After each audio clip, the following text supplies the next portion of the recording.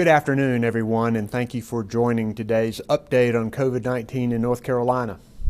As of today, we have 102,861 lab-confirmed cases, 1,815 new cases reported today, 1,179 people in the hospital, and sadly, 1,668 people who've died. Since our last update, we've passed the 100,000 mark of confirmed cases. This is a somber, serious benchmark. We pray for those who've lost loved ones to this virus. As we continue fighting COVID-19 on many fronts, I'm glad to announce today that North Carolina is delivering over 900,000 masks and other supplies to farm workers across our state.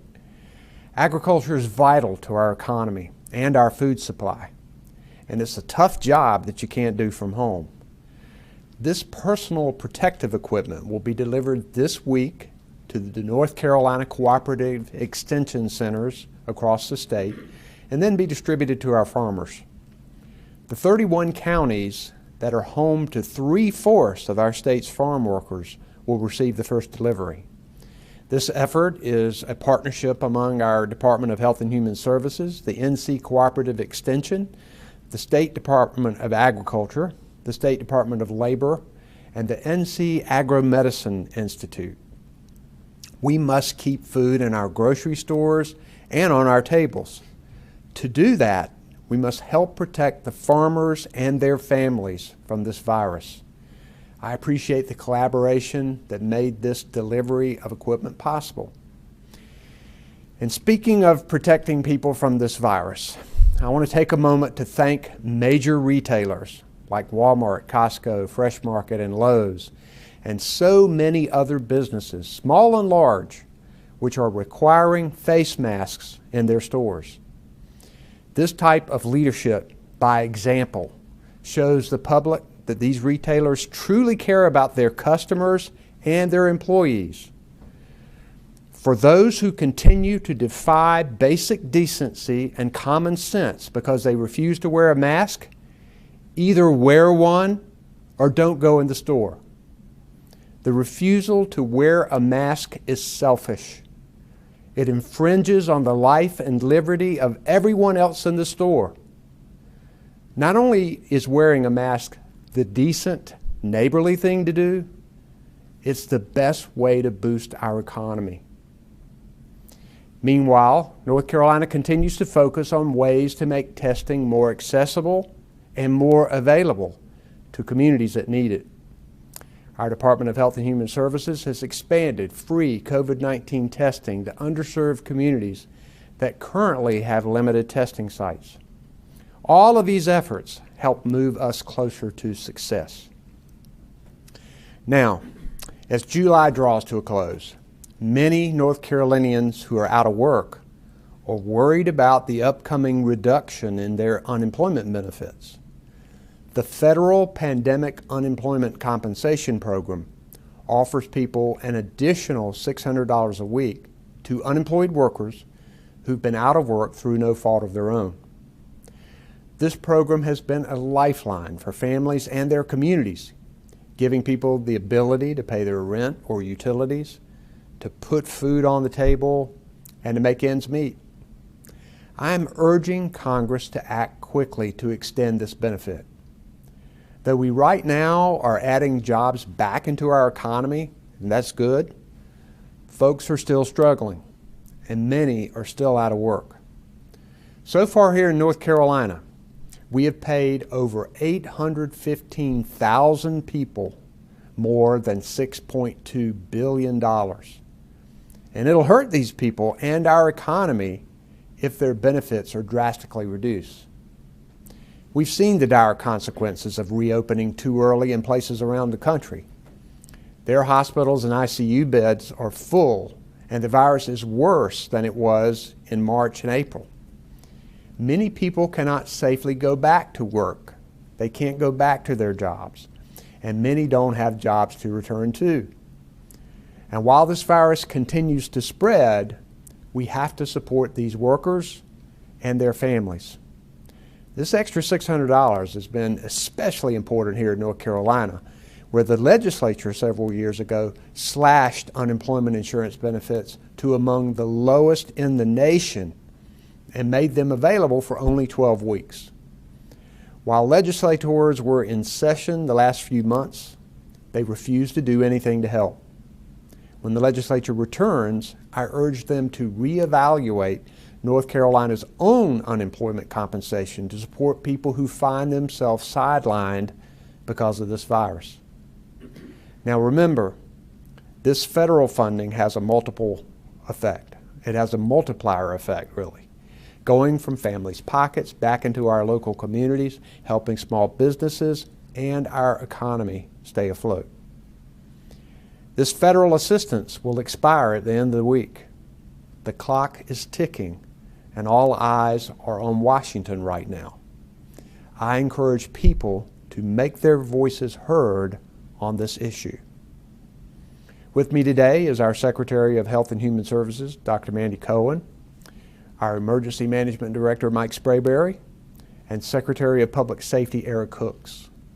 Karen Magoon and Monica McGee are our sign language interpreters, and behind the scenes, Jackie and Jasmine Mativier are our Spanish language interpreters. I will recognize Dr. Cohen at this point. Dr. Cohen?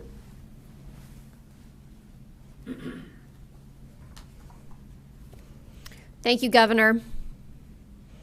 As the Governor just shared, we've passed 100,000 cases in the state, and over the weekend, we again set record for highest number of new cases reported in one day. Our percent of tests coming back positive has remained stable, though still higher than we would like, and we continue to see small increases in hospitalizations across our state. Here in North Carolina, this pandemic remains at a simmer, not a boil.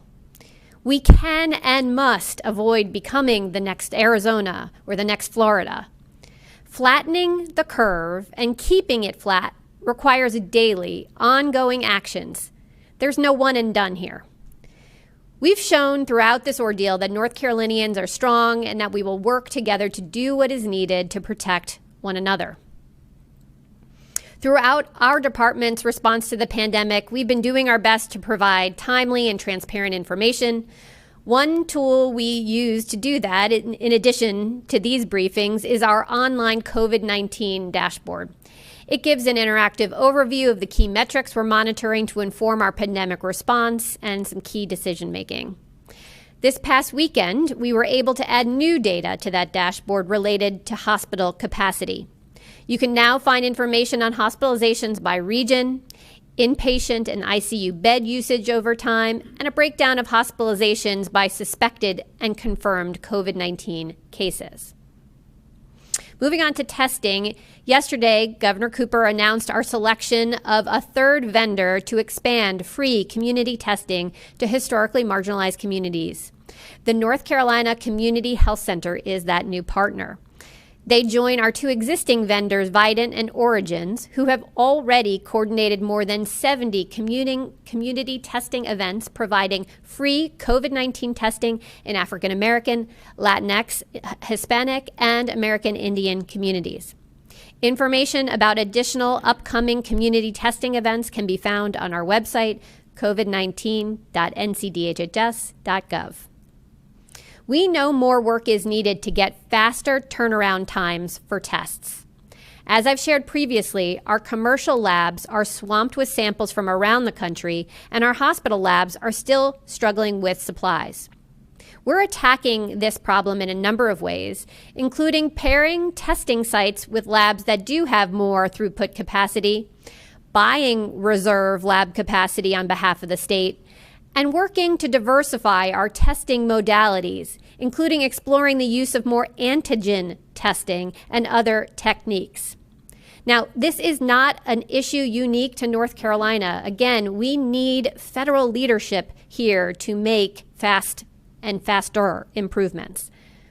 I also want to highlight some new CDC guidance about testing that should also help alleviate some of the testing backlog.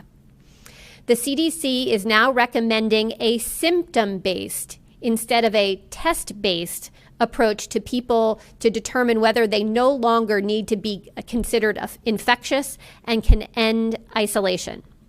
Data is now showing that people with mild to moderate COVID-19 really only remain infectious no longer than 10 days after symptom onset.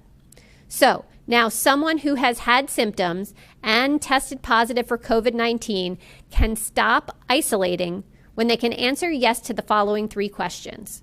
First, has it been at least 10 days since your symptoms started? 2, has it been 24 hours since you last had a fever without using fever-reducing medicines? And 3, have your symptoms such as cough or shortness of breath improved? We at the state are updating our guidance to align with this new CDC guidance, and this should make it easier for North Carolinian businesses and employees to get back to work. Until now, we know that many businesses were requiring a negative test result in order to return to work. This new CDC guidance said that is not necessary. It is my hope that this broad awareness and understanding of this new CDC guidance and these changes will help alleviate some of our pressure on that testing infrastructure and help improve turnaround times.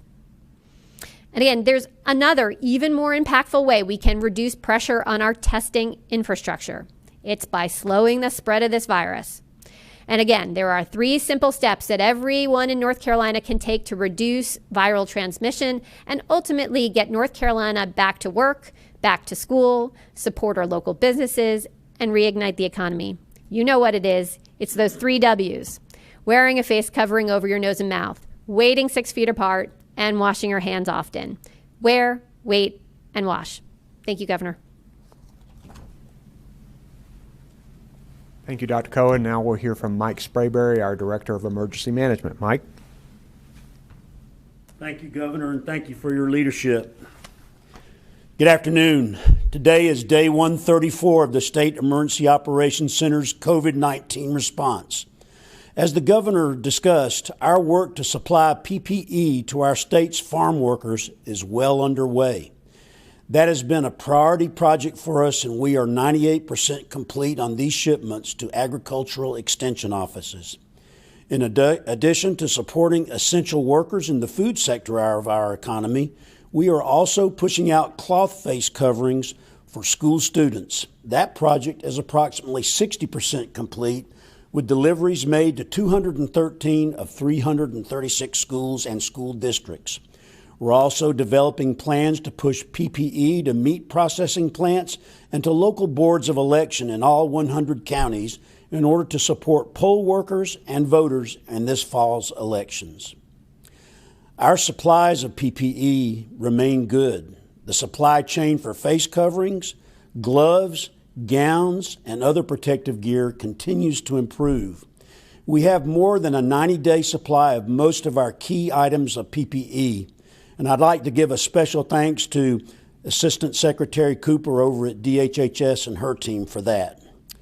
The State Emergency Response Team is currently consolidating all PPE supplies into one central warehouse under the outstanding guidance of our CERT teammates at the Office of Emergency Medical Services.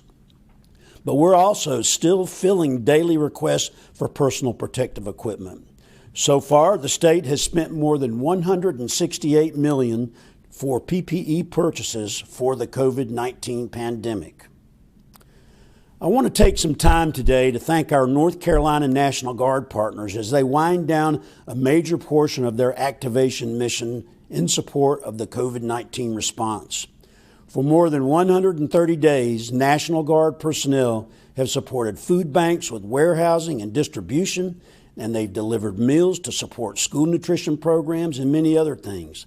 They've helped receive, unload, ship, and deliver PPE from our warehouses, and they've helped to ensure our state IT infrastructure remains secure during an elevated time of cyber intrusions. And most recently, they have supported community testing sites and testing in our state correctional facilities as we test all of our offenders. For the past few weeks, the Guard has been working to make sure the partners they are supporting are well positioned to carry on the COVID-19 response after they're gone. At the end of this week, Almost all of those men and women from both the Army and Air National Guard will end their activation and return to their civilian jobs. We thank them and their families and their employers for sharing them with us. To the National Guard team, you have provided vital services to the state. Here's a hearty hand salute for a mission well done. Many counties have been using the non-congregate sheltering program to help slow the spread of the virus by sheltering individuals in hotels who are vulnerable and with no other safe place to quarantine, isolate, or social distance. While the federal government ultimately covers the cost of providing those hotel rooms and the associated services, local governments must first pay those costs and then seek reimbursement through FEMA's Public Assistance Program. For many local governments, this is a significant financial challenge at a time when local revenues are lagging due to the pandemic. Last week, a proposal by the CERT for a state-centric plan for non-congregate sheltering during the COVID-19 pandemic was approved. Making the shift to a state-centric program will allow North Carolina Emergency Management to cover costs and then obtain the federal reimbursement, relieving local governments of that fiscal and administrative burden. We're working to implement this program quickly, so stay tuned for further guidance in the coming days. Lastly, like you just heard Madam Secretary, remember to observe the 3 W's. Wear a cloth face covering, wait at least 6 feet apart, and wash your hands often. That's wear, wait, and wash. This is how we slow the spread of the virus. Working collectively together, we have the power. And as always, don't forget to look out for your family, friends, and neighbors. Call your loved ones daily. Guaranteed they'll appreciate it. With kindness and cooperation, we'll all get through this together as one team, one mission, and one family. Thank you, Governor.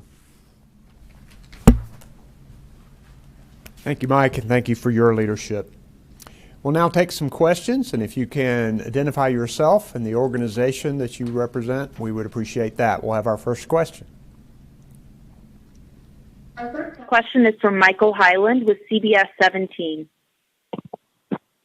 Hi, Governor. This is Michael Hyland from CBS 17. I wanted to ask you, as we're seeing more school districts choose to start the year with remote learning, are you considering any changes to the Plan B option that may make that somewhat more workable for school districts? You've said it's a goal of yours to have students back for in-person learning. Thank you. We want to make sure that the local school boards and superintendents have the option, if going all remote, if they believe that is in the best interest and the health and safety of their students.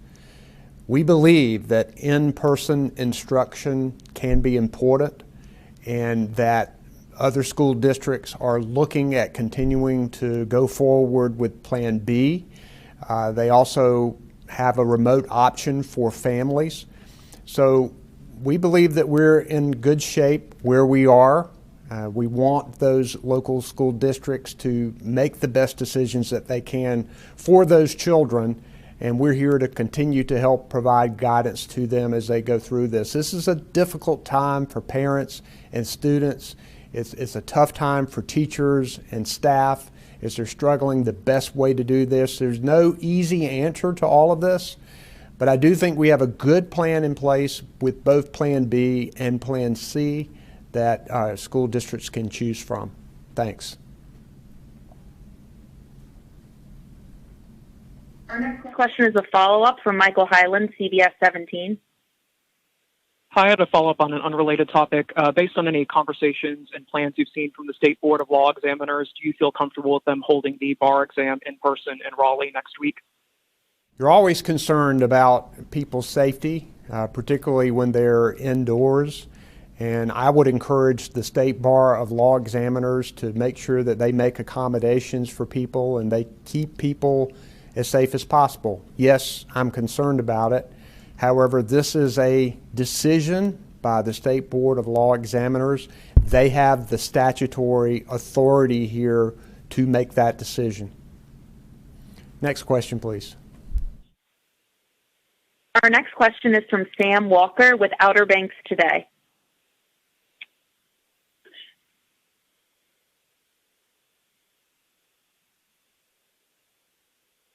There?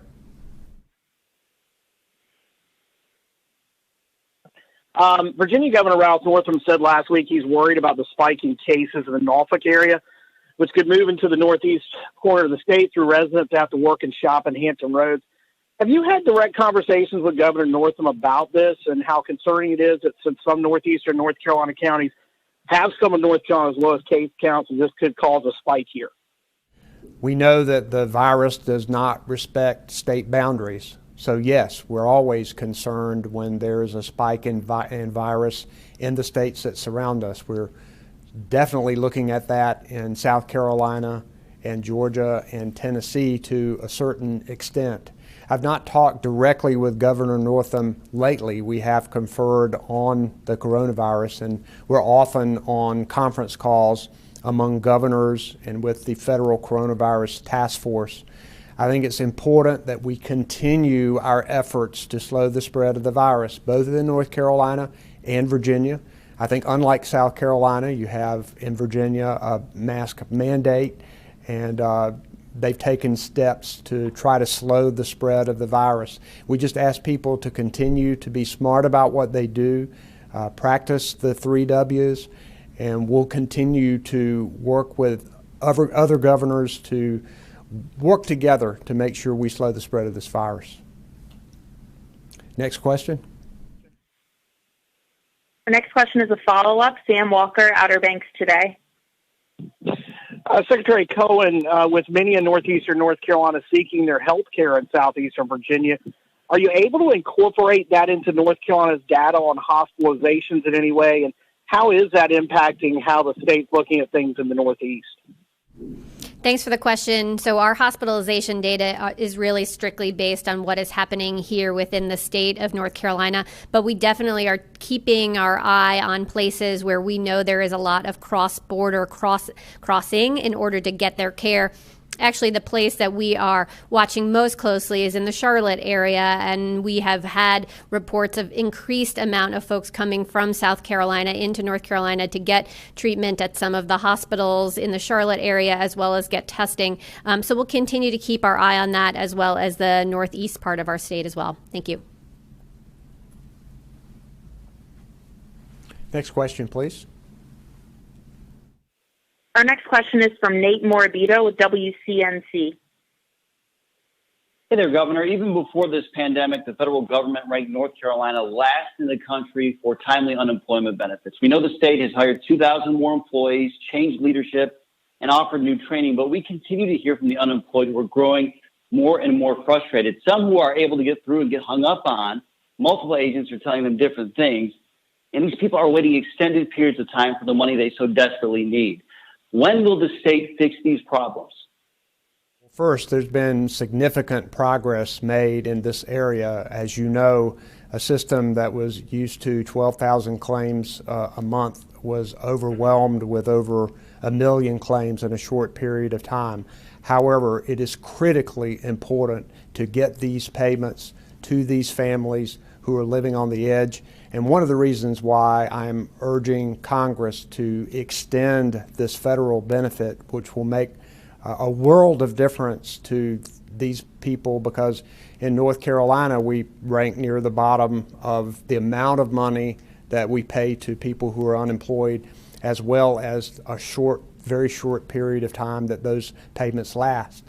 That being said, there's been over $6.2 billion paid to over 815,000 people. There have been about 251,000 people who have been denied claims because they did not qualify for it. And there are several thousand people, about I think 4% at the state level and 6% at the federal level, where their claims are more complicated. Those claims may be contested, and the department is working hard to get those claims resolved. They've increased the number of people on the phones. They put in a chat function, so they're having more and more communication with these people to try to answer to their questions, and continue going to work every single day to try to make sure these benefits are available to people. In addition, we're pulling people from other agencies to DES in order to be able to help them and assist them with this significant but highly important task. And they're going to keep working every day, and I'm going to keep pushing them. Thanks. Next question. Our next question is from Gary Robertson with the Associated Press.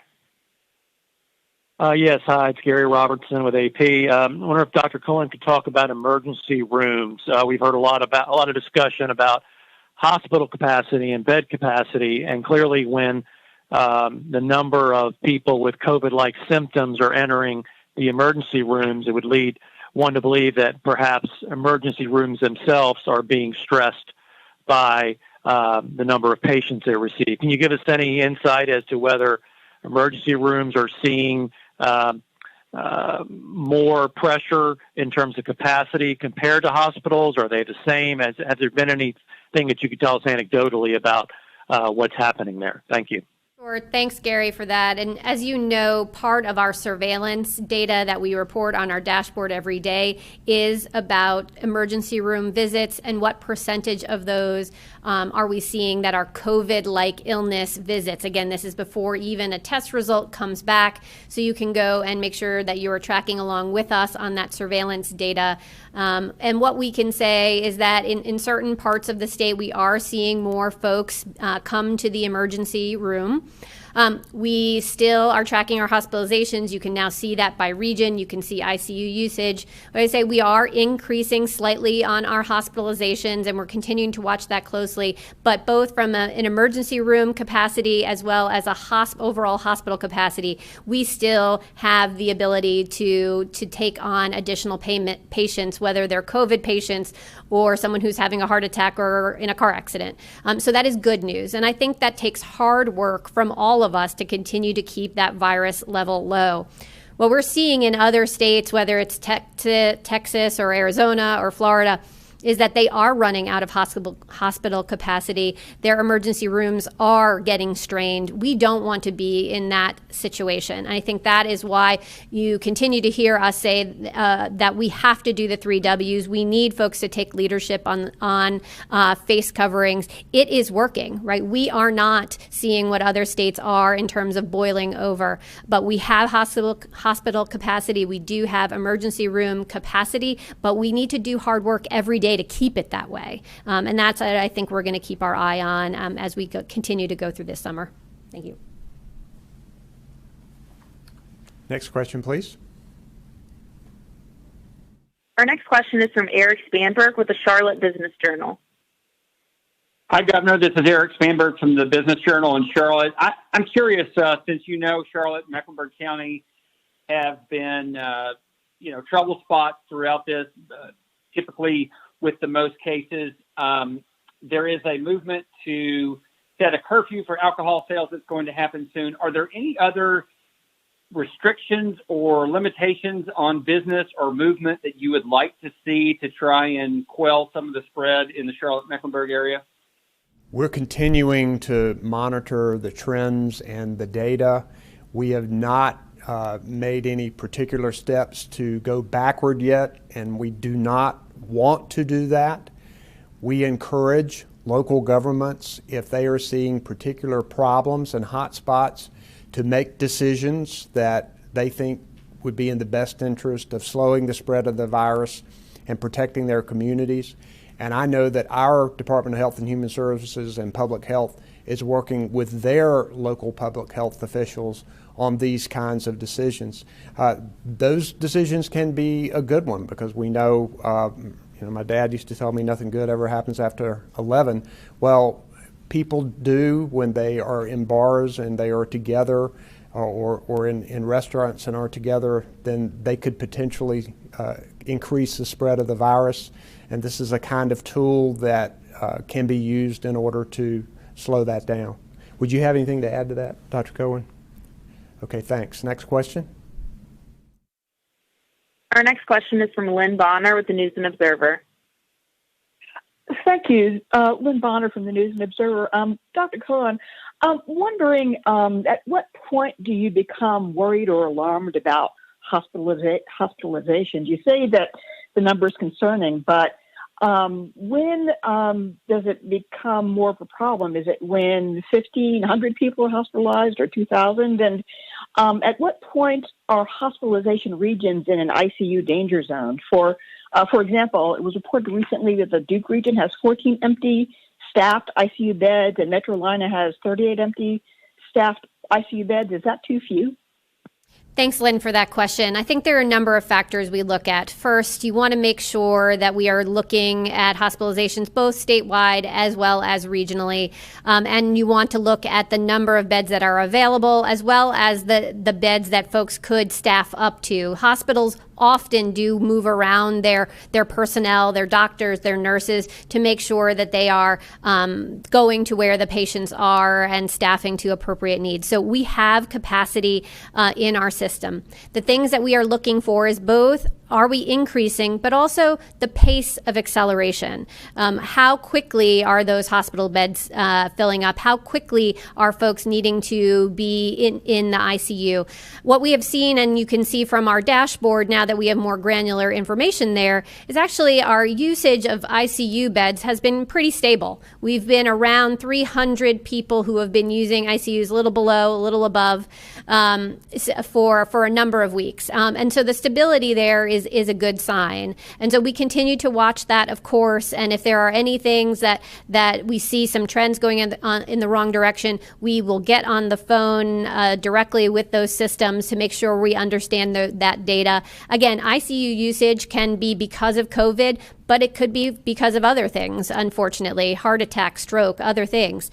So we often are in touch, making sure folks are able to articulate to us, what's going on in their hospitals. Do they need help? Can we assist in any patient movement? We haven't needed to enact any of our surge plans at this point, which is a good thing, but we'll continue to keep our eye on it. And again, I think it is both, is it increasing, but also the pace of acceleration that we are looking for as well. Thanks. Thank you. Next question, please. Follow-up, Lynn Bonner, News and Observer. Thank you. Dr. Cohen, I was looking at the 7-day rolling average of new cases, and it seems to have been leveling off. Can you provide some insights on why this is happening? I mean, has the state gotten past peaks that were related to holiday gatherings, or are all of the peaks for nursing home and prison cases, is that all past? Or is it too soon to look at trend lines because test results are being delayed?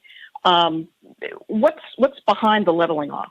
So, Lynn, thanks for that question. I would not call us leveling off yet, and the reason for that is Saturday was our highest day of new cases that we reported in a single day. And so we are still eking up, but I think you are right in saying we are not accelerating at the pace we are seeing some of the states around us accelerate, and that is a good thing. So I don't know yet if a couple days of what we're seeing is a trend, or is that, to your point that you made in the question, is that some lag in test results coming back? I think it's too early to tell. What I would want to encourage folks to say is, look, we still know we have a high number of new cases coming back every single day. We know what actions we need to take to slow the spread of that virus. We don't want to boil over as a state. And so we're seeing these early warning signs. The more we can do right now to keep that virus level low, maybe we will be starting to see that stabilization. That would be terrific. We would love to see that stabilize. I think we're not quite there yet, but we'll continue to watch our trends. And again, unfortunately, with the highest day of new cases last Saturday, I think we need a little bit more time to understand exactly where we are, which is why, again, we always talk about what is that those trends look like over a 14-day period. Thanks. Thank you. Next question, please. Our next question is from Michael Perchik with ABC 11.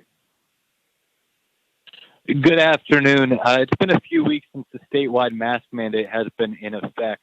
However, we haven't necessarily seen any sort of market drop or change in the case numbers or hospitalizations.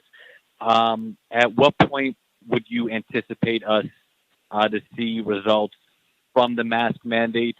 Or do you feel that the results have been reflected, that we haven't seen any sort of massive spike, especially now that we are about 2.5 weeks out from the July 4th weekend? I certainly believe that the mask mandate is contributing to the fact that we are not spiking like some other states. We want it to have an effect at some point to slow the spread of the virus and have these numbers start a downward trend. And we believe that it will contribute to that. There has been increased compliance with wearing face coverings across the state. We're getting that anecdotally. We're hearing from retailers, and I think people are becoming more and more aware of this and how important it is. I made some pretty strong comments earlier today about people who are being selfish and refusing to wear a face covering. What you're doing when you wear it is protecting other people around you. You're protecting your family, you're protecting strangers. So we're going to continue to encourage this, and we hope that we see even more positive results from the figures that we're seeing. Dr. Cohen, would you want to add to that? Okay, next question, please. Our next question is from Matthew Herchick with WITN. Governor Cooper, Matthew Herchick with WITN. Can you talk about testing times right now? Obviously, with the new CDC 10-day guideline and some testing and laboratories taking 7 to 10 days to get testing results back, what can the state do at this point to maybe increase that lag time? We're continuing to establish more places for testing and collecting more samples and getting it done on the front end. One of the problems that we've been seeing, though, the last few weeks is the lack of supply chain with testing supplies and reagents that these labs need in order to turn around the test results in a period of time. And when you go 2, 3, 4, 5, even 6 days waiting for a test, that person is supposed to isolate and not be around people and not go to work. And that's hard for somebody dealing with that. In addition, our contact tracers want to be finding out if this person is positive, who they've been in contact with. So it reduces the effectiveness of a lot of things we're doing when we have a slow turnaround time.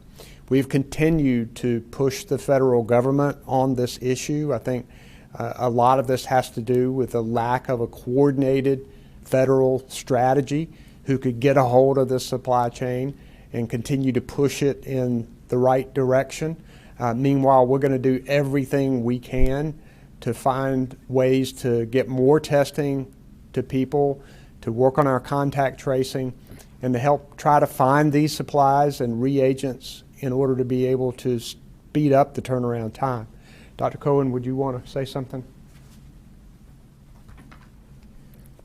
Sure. Just to reiterate what I shared earlier, there's a number of ways in which we're trying to attack this problem. There's no one solution. One, we are trying to pair up the testing collection sites with labs that do have more capacity. We know some of our bigger commercial labs are really swamped, but there are smaller labs that do have capacity, and we need to make those matches happen.